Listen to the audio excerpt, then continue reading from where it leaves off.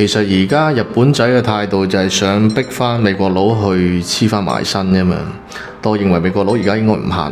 日本銀行総裁上田和夫君を雖然高市早苗佢呢個算盤打得好響啊，但我認為美國佬佢唔一定聽得到。のあり方でございます。自民黨維新の連立政権。Hello， 我係 Nicholas。咁今日嚟講，我想講個 topic 就係關於一單國際新聞咧。嗱，近排高市早苗佢嘅相關動作或者相關激進言論，大家都有了解嘅啦，有睇新聞都知嘅啦。咁關於呢個議題，我就簡單點評翻少少啦。我認為啊，其實而家日本呢，佢就想話逼美國佬表態，但美國佬其實好早期就已經表咗佢態度啦。你諗下，第一島鏈、第二島鏈，你所有嗰啲美軍全部往後撤嗱，包括好多嗰啲美國佬佢駐外嘅嗰啲軍事基地都大量去減員減軍備。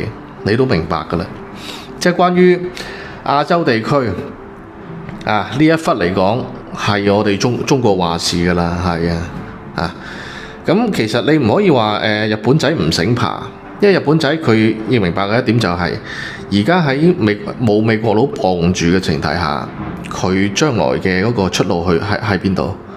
喺地緣政治角度，咁日本喺亞洲地區佢仲會起到乜嘢作用？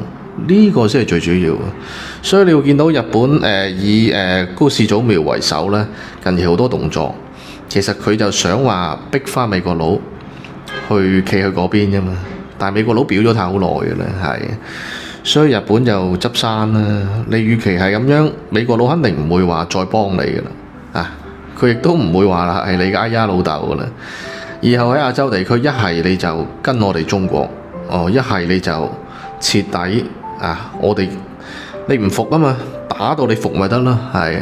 所以日本呢啲唔需要過於去深度剖析嘅，好明白嘅啫嘛。地緣政治就咁玩，但係日本仔佢而家咁玩已經起唔到咩作用啦，係。所以多個就唔講啦，想縮減信息差嘅，我同粉絲歡迎加入個組織。呢期先到呢度啦，我哋下期再見。